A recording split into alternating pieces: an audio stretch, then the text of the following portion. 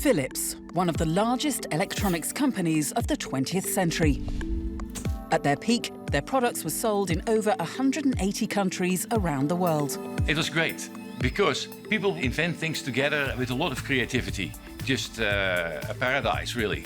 Philips was always known for producing a lot of thought leadership, a lot of forward-looking concepts, visions of the future. But by the mid-2000s, Philips' vision of the future was bleak. Philips was very close to bankruptcy. It lost more than $3 billion each year. As the world changed and consumer trends shifted, Philips fell behind in technology and they were not actually willing to embrace new technology and design, racking up billion-dollar losses. There was an awful lot of products which were just more mundane, regular grey boxes, if you like. This is the story of how the electronics juggernaut was forced to change the very core of its business just to survive. Come and join me into the crazy lab.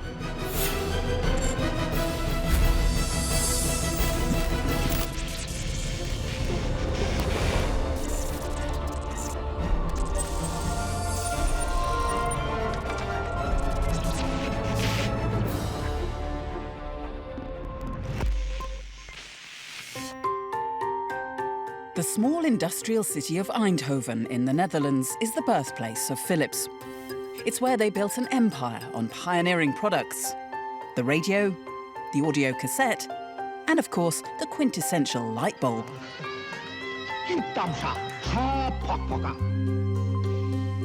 The company's presence is still seen all over the city. And their first factory, opened in 1892, has now been turned into a museum, where Sergio Dirks is in charge of the collections. It's very important to preserve the history of the company because it tells you something about where did you come from, and it tells you something about your DNA. And it's an inspiration also for the future, the past, because Philips has always been a very innovative and entrepreneurial company. Philips' first and perhaps most famous innovation was the light bulb. The company now produces more than 2.4 billion of them every year, but the first ones were made in this very building. And back then, they were not so commonplace. More than 125 years ago, electric light and electricity was something very special. Electric lighting in those years was only used in steamships and factories, and buildings, but not in a house. So producing light bulbs was very innovative, but also very high-tech for those days. It may have been an American, Thomas Edison, who first invented the light bulb in 1879, but it was two Dutch brothers, Anton and Gerard Philips, who mass-produced it. And crucially, Philips engineers made a significant change to Edison's original bamboo design. You can see it here. You can clearly see the filament. And that filament in Philips lamps was made of cotton. He dissolved cotton in a kind of acid, and you could produce large threads of it. And these threads were better in terms of quality and a quicker way to produce it. Much quicker than carving each bit of bamboo into a filament. Armed with their new high-tech light bulbs, Philips' production volume grew by over 20 times in just 10 years. The philosophy of entrepreneurship and innovation was driving the company's growth. And Jan Kimpen, Philips' chief medical officer, thinks these principles still form the cornerstone of the company. I think what characterized the company from the moment that Fritz Philips started the company 126 years ago was two core characteristics. First of all, entrepreneurship. And we see that every day in the company. We come up with the most wonderful ideas that nobody else is thinking about. And entrepreneurship, together with innovation, made us big in the 19th century when we were making light bulbs. Everything from streetlights to Russian palaces were illuminated by Philips light bulbs. And as the company grew, it began to use their lighting expertise to produce other household goods. This is the first radio set that Philips produced in 1927. If you are able to produce light bulbs, it's just a small step to produce radio valves or X-ray tubes. So there are all kinds of lamps. So from producing light bulbs, Philips grew into a large electrotechnical company. Not just radios, but radio broadcasts. Philips tech touched all four corners of the globe as they boomed out daily radio shows to homes even as far as Indonesia. Station Radio Philips di Negri Blanda. A radio set is like the internet of today. You can get the whole world in your living room, you know? Well, in the early 20s and the 1900s, radio sets were mainly used by enthusiasts, by technicians. And Philips made a radio set that could also be used by laymen, so it was very easy to operate it. The growth from light bulbs to radios was Philips' first taste of expansion. And it was hugely successful, the company selling over 1 million of these radios in just 5 years. Here began a strategy which prioritised a wide product portfolio that would dictate the company's path for the rest of the 20th century. Philips went global, expanding production into Asia before any of their rivals. Philips was very successful in Asia itself because they are a truly globalized company. Carissa Chua is an analyst in the consumer electronics market. They are the first consumer electronics company to really set up their manufacturing and R&D center in Asia itself. So in 1930s, they were actually manufacturing lamps in India. 1950s, they entered Singapore. And in 1980s, they have a TV production plant in China. And this was all before China and India really become economic powerhouse. So consumers basically grew up with the Philips brand. Philips. From electric shavers to CD players, toasters to microchips, Philips products became woven into the fabric of day-to-day life.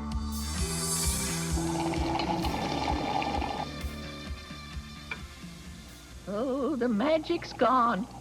The minute the lights go out, you fall asleep.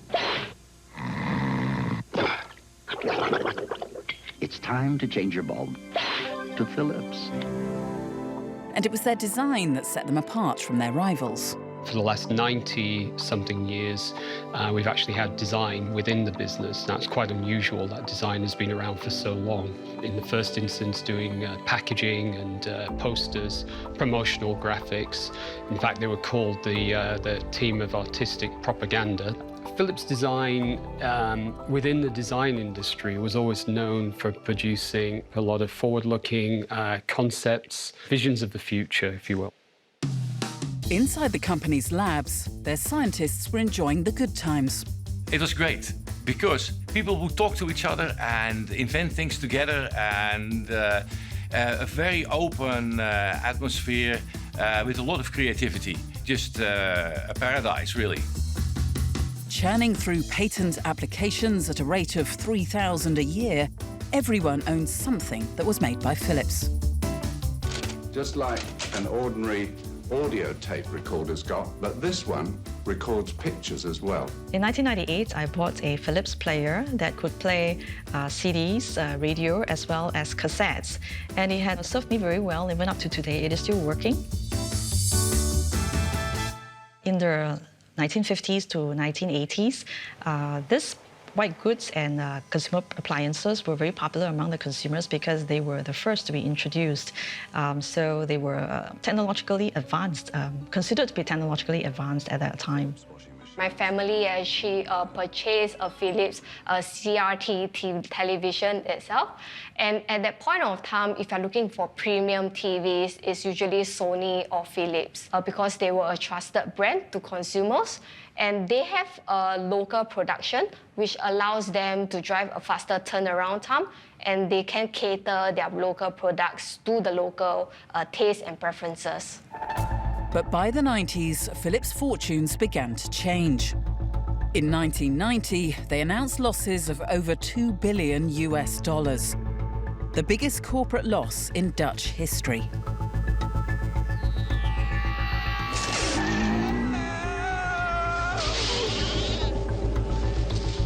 It was exactly Philips' large product portfolio that began causing them problems. Philips was over-diversified. It just had too many products and spreading itself too thin, even if it had a superiority in certain technologies, but it was not able to focus on it and do it really well. Philips had morphed from an innovative company with expertise in core products to a sprawling conglomerate of over 120 separate businesses, ranging from vacuum cleaners to video games. The management needed to refocus and consolidate their business. It lacked marketing capabilities, and it also lacked strategic focus because it was all over the place.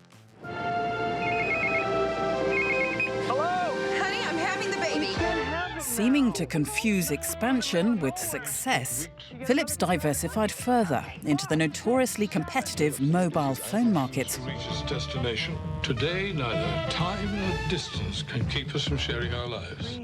Closing the business 12 months later, it was a failed venture that cost them over $500 million. Let you talk up to 6 long hours. I love you, honey.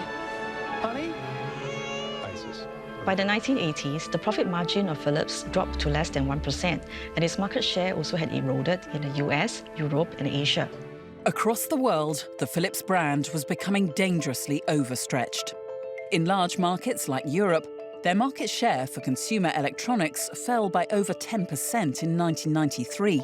Over the next decade, losses would rise to over $1 billion as the company became the victim of even bigger consumer and technological shocks.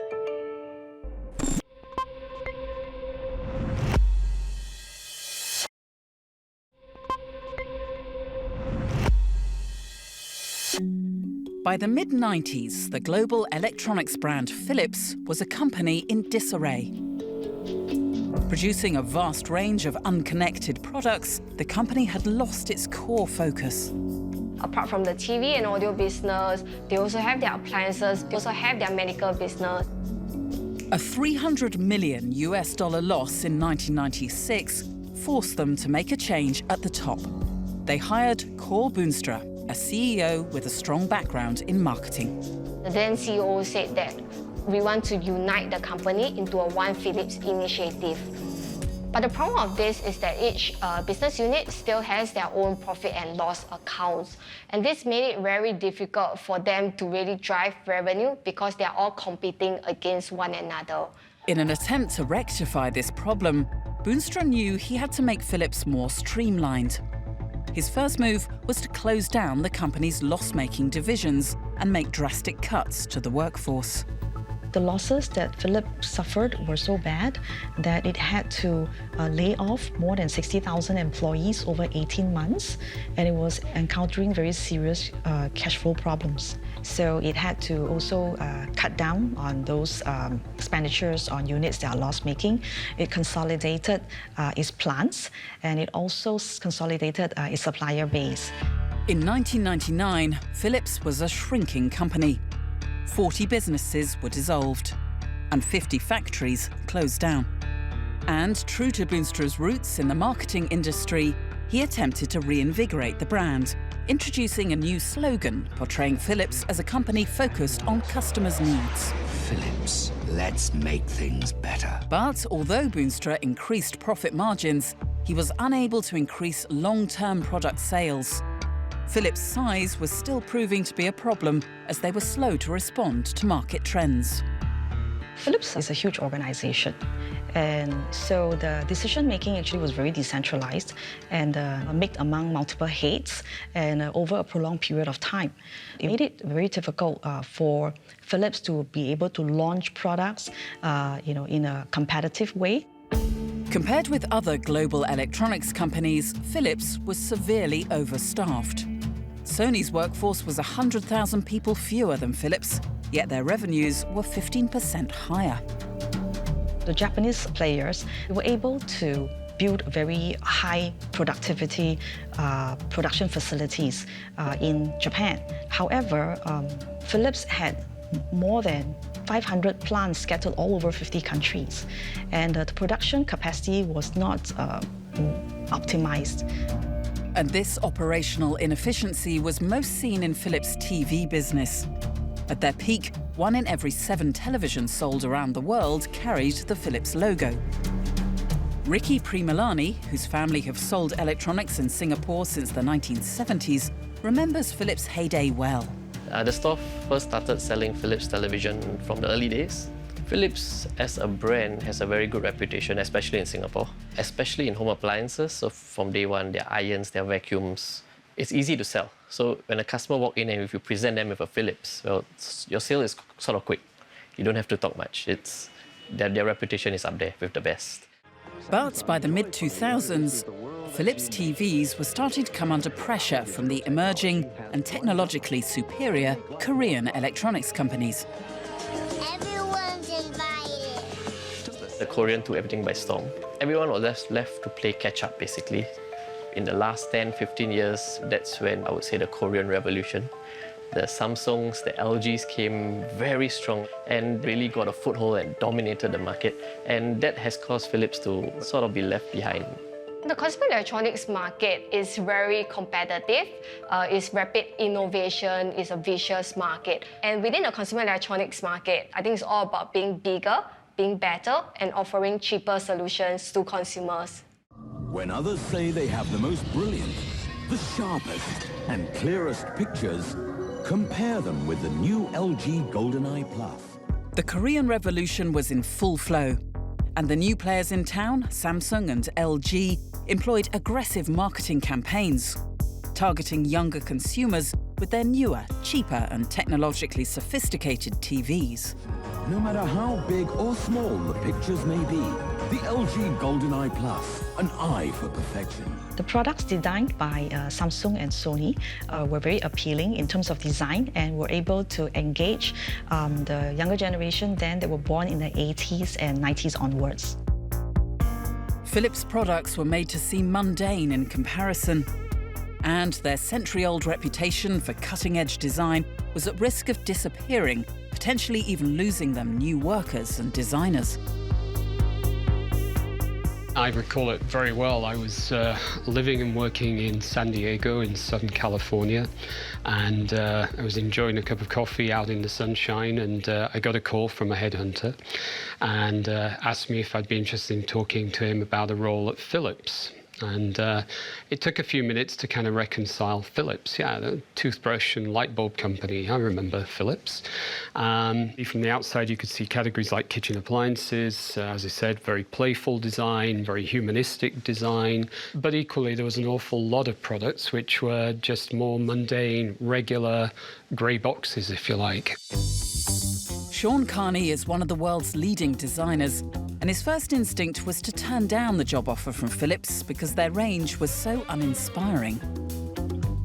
I knew there was an opportunity for design to do more and how we could evolve design, but I wasn't entirely convinced this was a company that was really at the same level of the company I was in. When you look across the wider portfolio of Philips, there wasn't the consistency of adopting design in the same way. And the pressure on Philips was about to increase dramatically. In the mid-2000s, the world was in the grip of a technological revolution. The internet changing the very fabric of human life. But as the world was going digital, Philips stuck with the analog, continuing to produce analog CRT televisions when their rivals were making digital LCD screens. Philips was actually slow to embrace LCD technology because at that point of time, the CRT TV was basically a cash cow for them.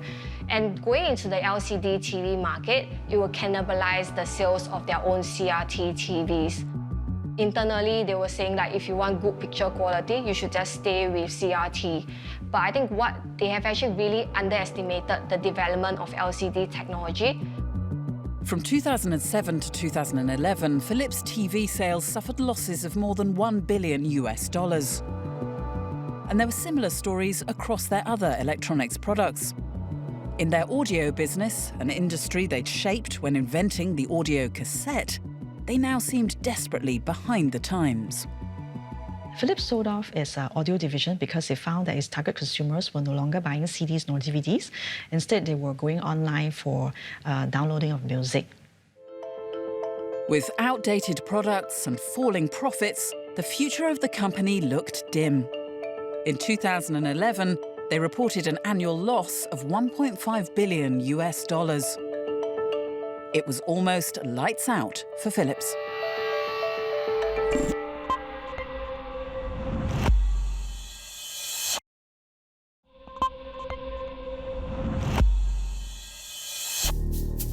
One of the biggest conglomerates of the 20th century was in dire straits.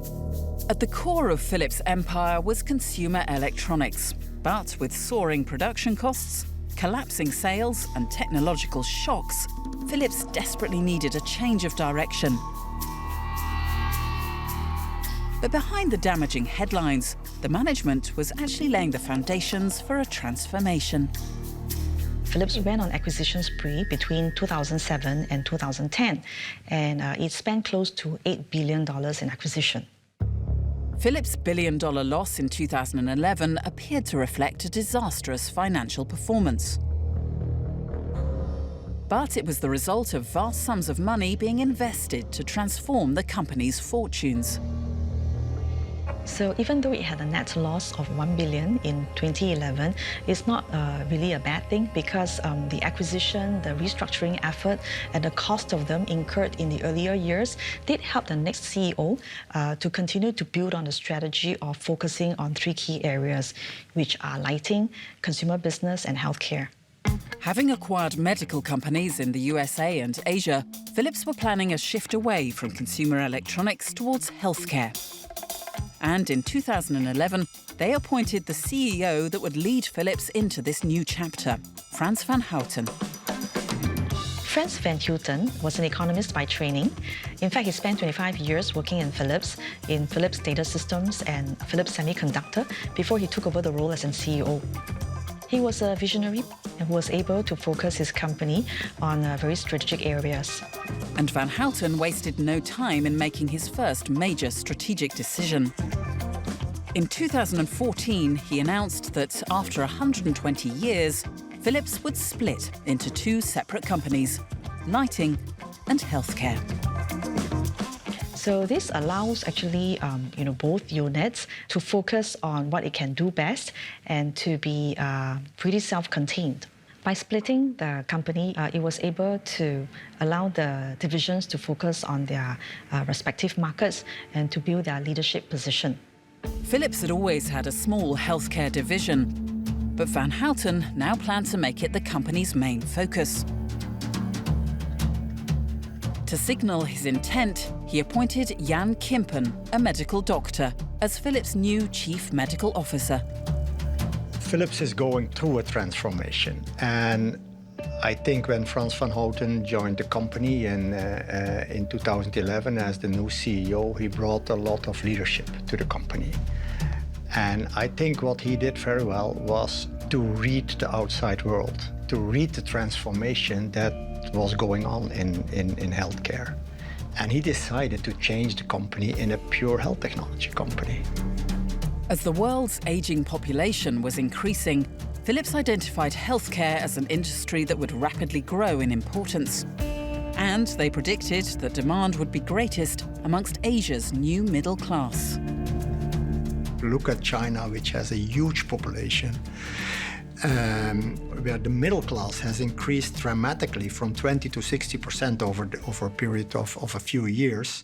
There are people now, huge numbers of people, that have the resources to buy healthcare, to pay for healthcare, that have also their wishes in healthcare. They want something. They have needs. In this industry, they have big ambitions. The company's new goal is to improve the lives of 3 billion people each year. This new way of working to connect all these business units behind that big vision, it was communicated there for the first time real strong. And that already made a big difference. So we restructured the whole company so that all these separate business units were not as separate anymore as before. And that was the first step to take the big vision, the communication to the leadership, and the restructuring of the company. And I am a part of that restructuring. Over the previous 2 decades, there had been many attempts to slim down Philips. But this time, the restructuring was matched with a change in attitude.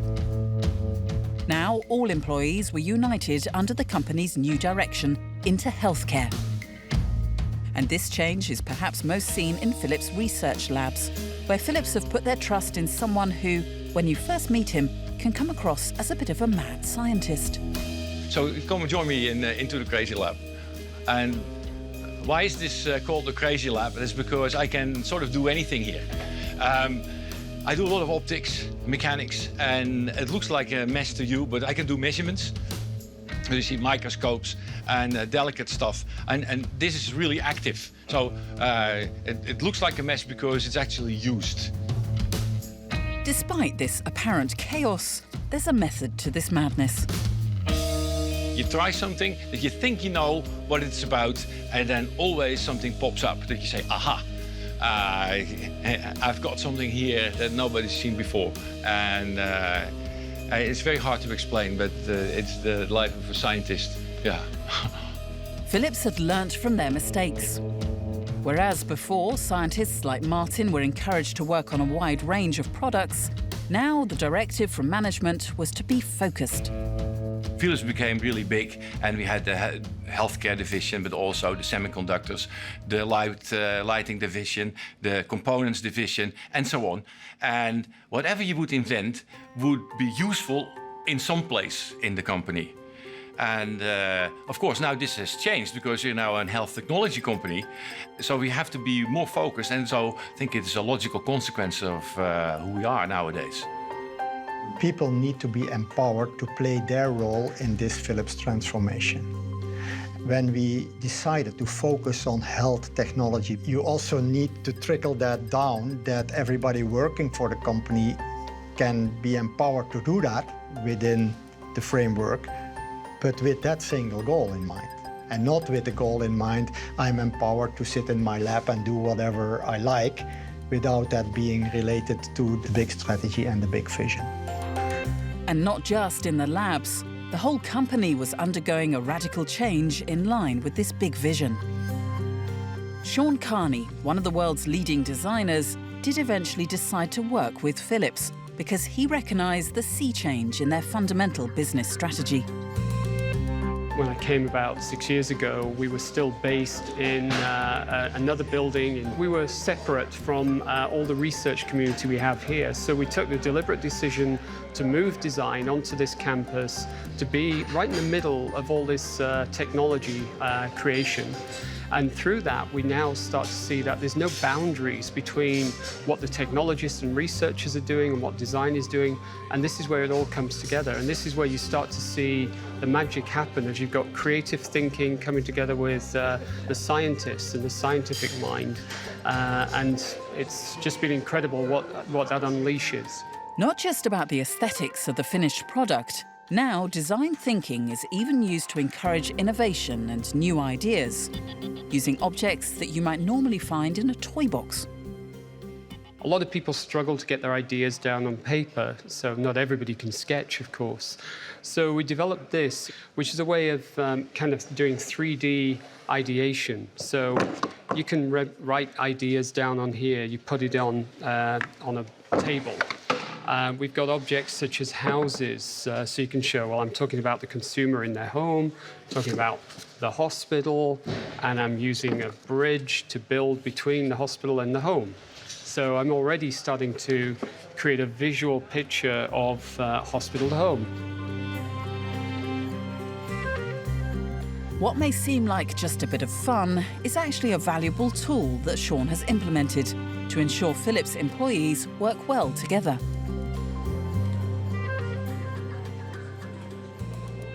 I've seen some very passionate displays of creativity from probably the guy who's the most stuffy and conservative person walking into the room suddenly has got sleeves rolled up, tie off, and they're getting engaged and they're telling the story.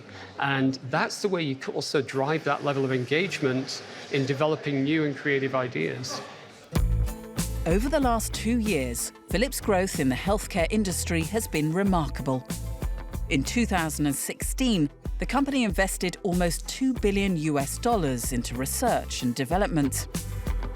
And that same year, they opened a new multi-million-dollar regional headquarters in Singapore. Employing 900 staff, it would serve as Philips' healthcare hub in Asia. This is a very important region for us, and we see trends that are quite similar to the rest of the world in terms of aging populations, increasing chronic diseases, non-communicable diseases like cancer, like diabetes, like heart issues, and they place quite a strain on resources for healthcare. In Asia, the number of people over the age of 70 is predicted to increase by over 300% in the next 50 years. And Philips have tailored their healthcare technology to prepare for this spike in senior citizens. If you look at elderly people, we will have another 700,000 silver generation being added to the current elderly population in Singapore. They are requiring healthcare. If you look at the current healthcare system, it will not be able to cope with so much elderly people in the society. So you actually also need to evolve the healthcare system to also being able to better address the need of chronic patients. What we also see in this region actually is a high penetration of internet usage, smartphones, for example. 45% of the world's internet users are in Asia. And that also gives us the opportunity to bring care to people, to empower people to look after their own health with digital programs. Digital programs like the remote monitoring system currently being tested in Singapore. Patients measure their vital statistics on devices at home, and the data is automatically sent back here, where Diedrich Zeven and his team of medical professionals monitor it around the clock. And this is what you see here, where we have our staff here in Apex Center actually monitor patients in their homes here in Singapore, day by day, 7 days a week, and actually improving the outcome of the healthcare system, improving the quality of people's life. When I see the data, I will assess the condition. If the reading is of abnormality, then I will call a patient to assess. That's a preventive measure. Think in terms of a daily measurement of his blood pressure. Think in terms of a daily measurement of the heart rate. Think in terms of temperature or weight. And even also a questionnaire about how a person is feeling actually during that day. And using that data, we're mapping out what actually is the health status of that patient. Is he or she feeling well? Is he or she gaining weight? And so on. Still in its pilot stage, 120 Singaporeans are enrolled in the system, and they can do their routine checkups from the comfort of their own homes, rather than going into the hospital. We know, of course, if a patient is able to recover at home, that does two things. It frees up the hospital bed, lowers the costs, but it's much better for the patient because they recover much better if they're with their family and at home. And we've been able to prove not only the better outcomes, but also things like lower readmissions to hospital by more than 30 to 40% in some cases. We are in due course going to expand this across Asia. We're learning here in Singapore. We're also learning in Australia, two very different countries, different healthcare systems also. And as soon as we get to a critical amount of learning together with our partners, we will for certain roll this out across to other countries where this is relevant. And to be very honest, it's going to be relevant in every country. This is an example of the new Philips, not merely selling medical hardware, but providing new ways of delivering healthcare. And similar technology is also being used in far more remote areas of Asia by the people who need it most.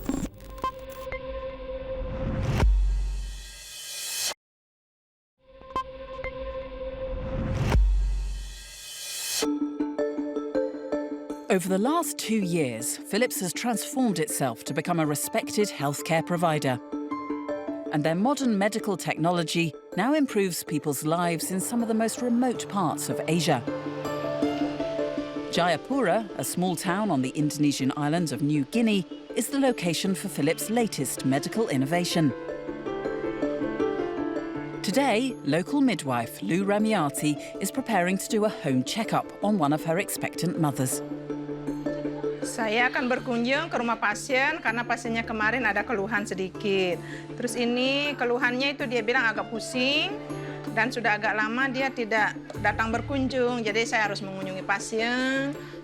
Kunjungan rumah sangat penting untuk menurunkan angka kesakitan ibu dan bayi. Begitu juga untuk menurunkan angka kematian.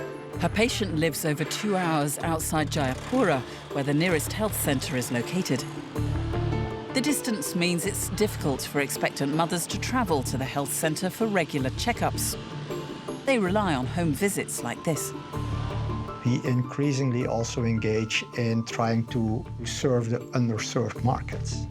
We know from studies and also from the epidemiology there that in these remote areas, the prevalence of mothers dying during pregnancy or during delivery, as well as neonatal mortality, was unacceptably high.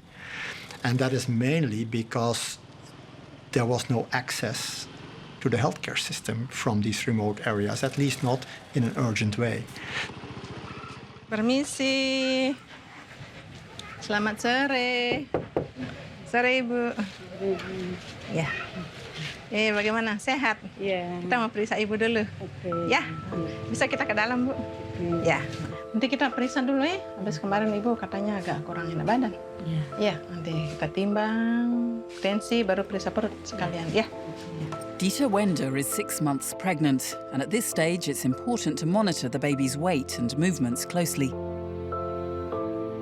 Using the ultrasound, both nurse and mother can hear the baby's heartbeat.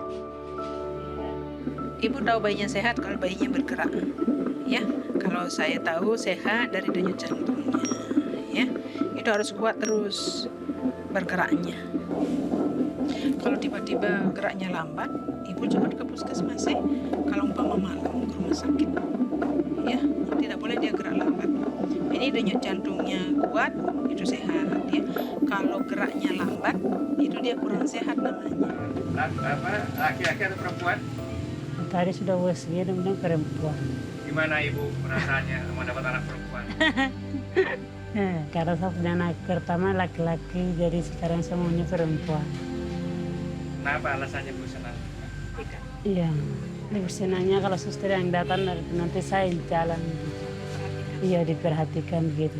Masih saya pikir ada suster macam diperhatikan gitu. Here's where the new Philips technology comes in. All the data is electronically entered into the mobile device and immediately sent back to the health centre. Sistem MOM dari Philips ini sangat bagus ya, dan kami sangat senang diperkenalkan dengan sistem MOM ini. Jadi begitu pasien yang sudah kami periksa, kami langsung masukkan datanya di sistem Philips MOM, dan kalau ada yang berisiko kami akan cepat tahu karena akan segera diberitahukan, dan kami konsulkan dokter umum atau dokter kebidanan. One app is for the healthcare worker or the social worker very close to mom in these remote areas. These data are sent to a center of excellence, a center with experts, which can be far away, where the doctor has his version of the app, looking at these data, giving the right suggestions for treatment or for transport of the patients. Back at the health centre in Jayapura, the mother's data is received and analysed by Dr. Fitra Riyadini. Alat Philips MOMS tersebut sangat berguna untuk melakukan screening, kemudian menyimpan data sehingga kita bisa memfollow up atau melakukan evaluasi lebih lanjut kepada ibu hamil, kemudian kondisi bayi yang dikandungnya. Kalau ada kondisi kritis, mulai dari pemeriksaan fisik seperti biasanya ibu hamil ada tekanan darah yang tinggi seperti itu, atau ada keluhan seperti nyeri kepala, kemudian nyeri ulu hati, itu adalah tanda-tanda preeklamsia. Kami akan langsung melakukan rujukan ke rumah sakit yang lebih tinggi layanan kesehatannya, seperti itu. Philips have plans to extend this technology to other communities across Asia. But for today, the checks have gone well and both mother and baby are healthy. Jadi kita di sana periksa berat badan, tensi, dan denyut jantung anak. Tadi semua dalam keadaan baik. Saya sangat bangga jadi bidan karena terus terang ada kepuasan tersendiri dalam hati saya yang lengkap, bisa hamil, bisa melahirkan. Jadi saya berusaha bagaimana mengajar ibu itu hamilnya sehat, melahirkannya sehat dan selamat. Begitu juga bayi yang dilahirkan sehat dan selamat. Now, Philips rank in the top 3 global healthcare companies. 10 years ago, Philips' healthcare business accounted for 10% of their profits.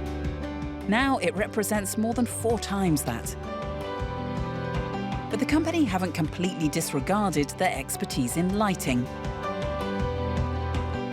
In the humble, even chaotic conditions of his lab, Martin may have invented another potentially life-saving device, adapting the technology behind LED lights and applying it to medical catheters.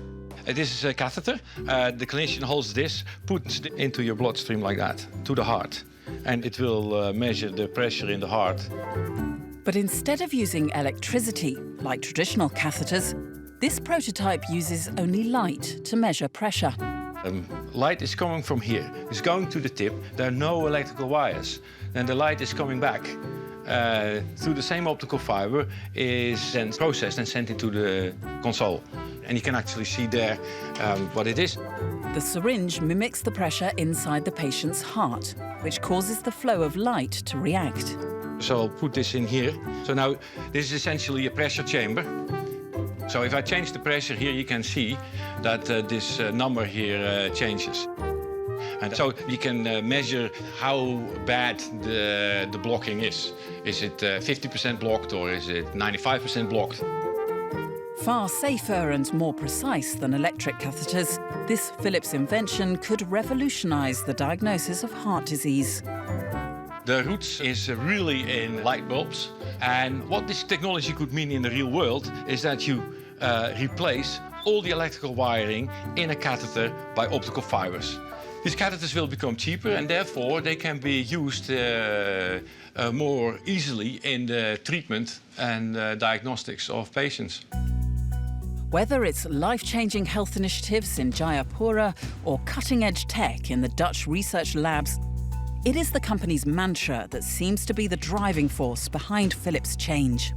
Philips' ambition in healthcare is to improve the lives of 3 billion people around the world by 2025. We are all passionate about this big mission. That is what everybody works for every day. Everything we do is with that specific goal in mind.